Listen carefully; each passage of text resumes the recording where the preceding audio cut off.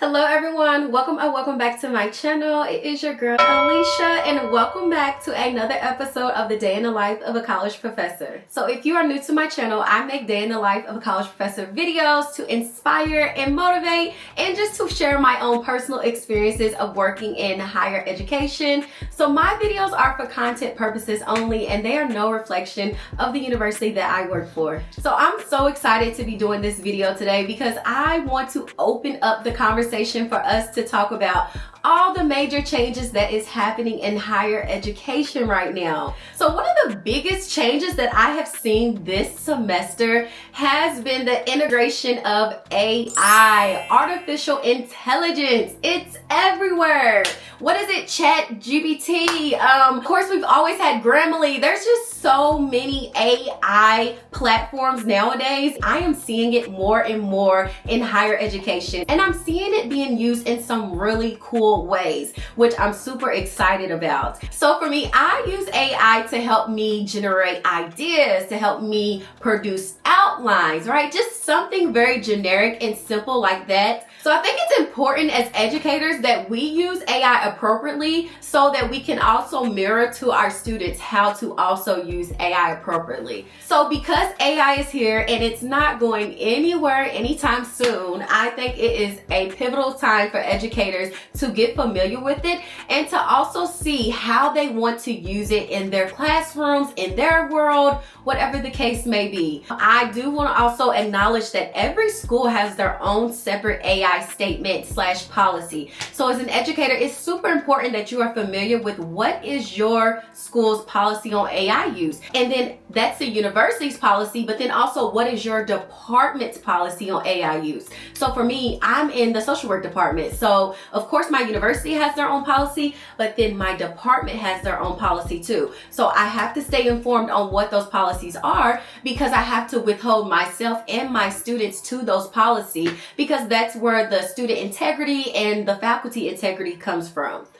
But I'm sure everyone has their own personal opinions on AI. So I welcome you all to drop in my comments, what's your views on AI? Do you let your students use AI? And if you don't, or if you do, why? What's your reasoning behind it? I would love to hear, and I would love for this to just be a community so we just talk out loud and share viewpoints with one another. So another major change that is happening in higher education that I am sure each of you watching this video has seen is the changes on policies, new legislation, new bills. There is just so much going on and so many changes happening every day, and it has a direct impact on some universities, not all, but so whether you agree with the changes or not, which I'm not even going to share my own personal viewpoint because that's not what this video is about. This video is really just to help highlight how to navigate through these changes. Because again, if you're an educator,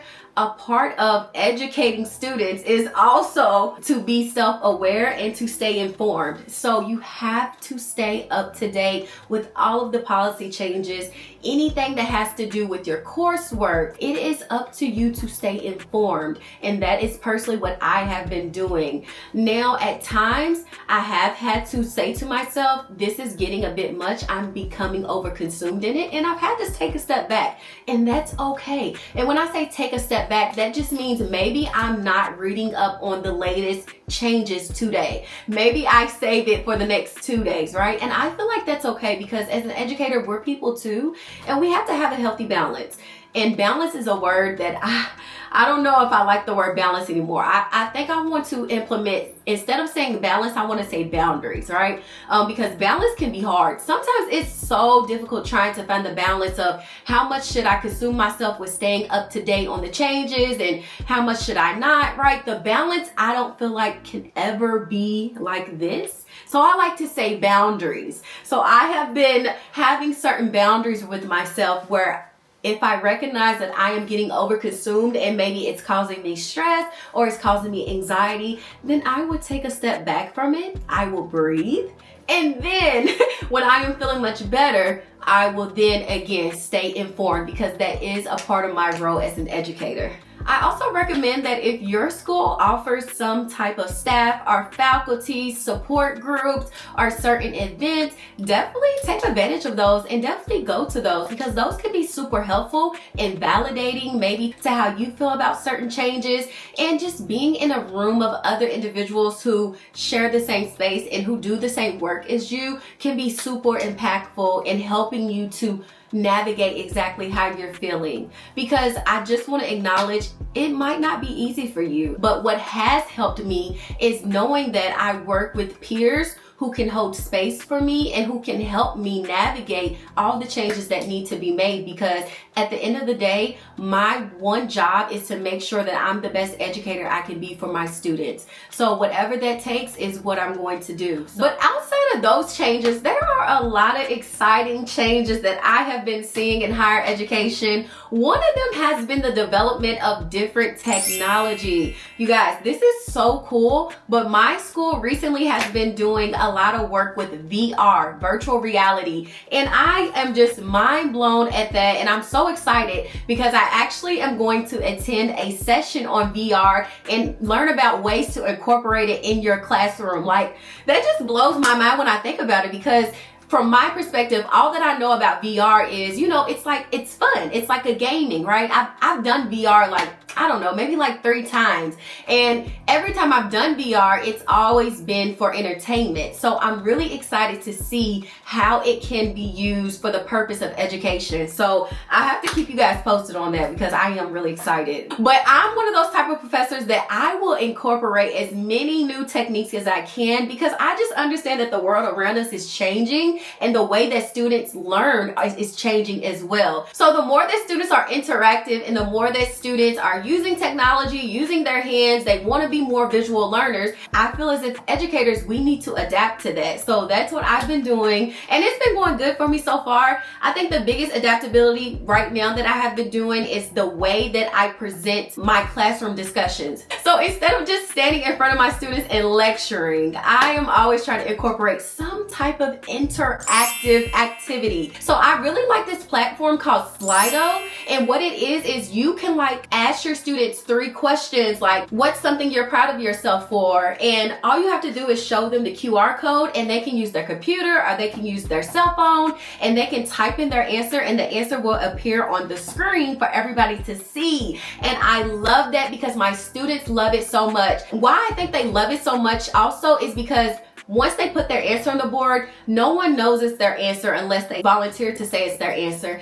And it also just gives them a chance to participate without having to raise their hand and be fearful of having to raise their hand, because, and that's a whole nother conversation. We all know that some students may struggle with wanting to talk out loud and participate in class discussions. So I find that once I use that interactive Slido, then all of my students are participating, and it kind of helps them want to talk out loud about why they put that answer on the board. So I've had a lot of success with it, and I plan to continue using it because, again, I love it so much and I get a lot of good feedback from my students about it. So again, the world around us is changing, guys. It is, and we've got to change right along with it. I feel like this is nothing that is new to us.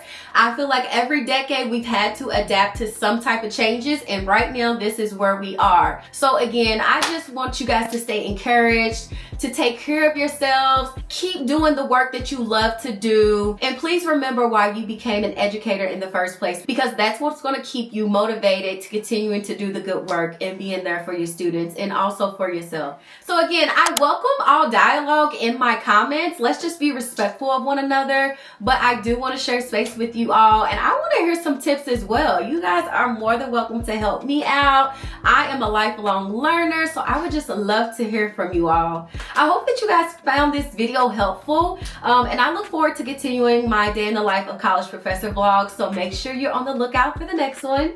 If you did like this video, please give it a big thumbs up. Make sure you subscribe to my channel so you can see more videos like this. But with that being said, I'm going to end the video here, and I will catch you guys on my next one. Peace.